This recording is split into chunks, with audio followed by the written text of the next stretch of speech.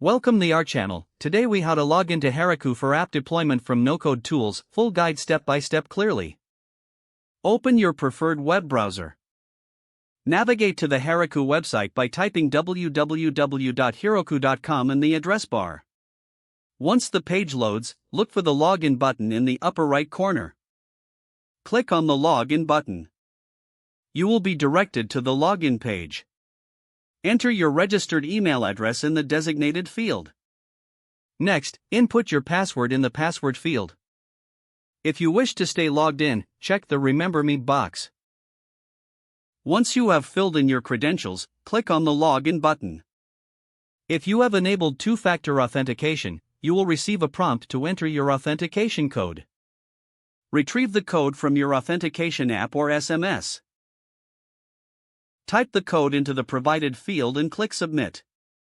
After logging in, you will be taken to your Heroku dashboard. From your dashboard, locate the Create New App button and click on it. You will need to enter a unique app name in the name field.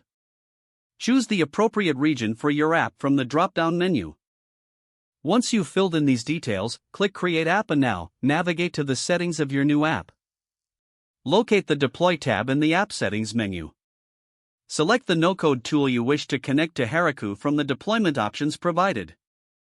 Follow the prompts specific to that no-code tool to link your Heroku account. Once the connection is established, return to your Heroku dashboard. Now you can start deploying your app using the no-code tool you selected. Monitor the deployment process via the Heroku dashboard. Check for any errors or deployment messages that may appear. Your app should now be successfully deployed and accessible through Heroku. Remember to keep your Heroku credentials secure for future logins. If the page does not load, refresh the browser or try again in a private or incognito window. Make sure you are using the correct email address, then retype it carefully to avoid small typos. If your password is not accepted, use the reset option and create a new strong password you can remember. Don't forget to like this video and subscribe to our channel for more step-by-step tech guides.